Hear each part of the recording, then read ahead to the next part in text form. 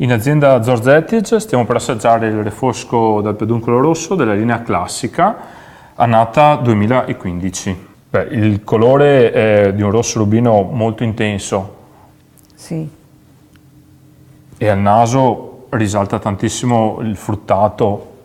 Identifico il mirtillo e comunque la vinosità di questo prodotto.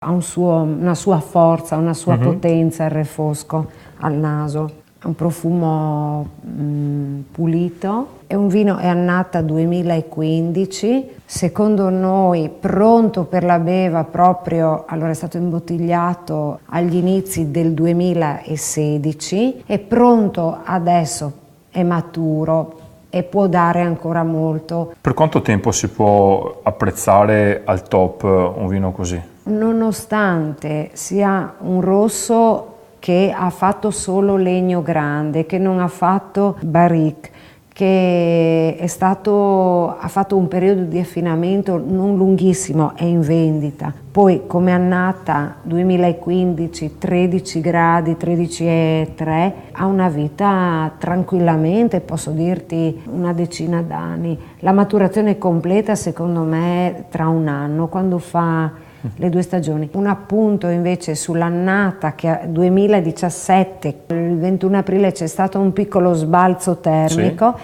E nonostante il refosco sia una delle varietà più importanti, più forti, più orso di friulano, è tra le varietà che ha sofferto di più. Il refosco 2017 sarà proprio preziosissimo perché ce ne sarà poco. In ogni caso è un vino che non si deve certo aver paura a mettersi una bottiglia in casa proprio per la sua longevità. Esatto, sì. Lo assaggiamo? Sì.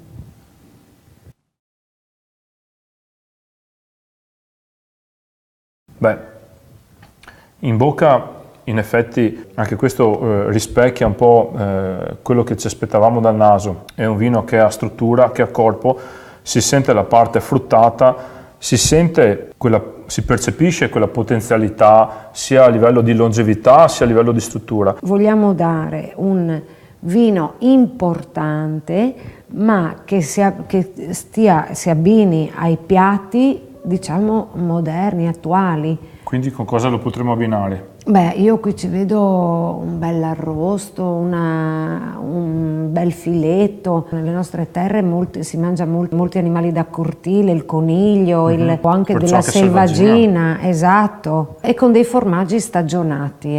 Abbiamo assaggiato il refosco 2015 della linea classica Zorzetis.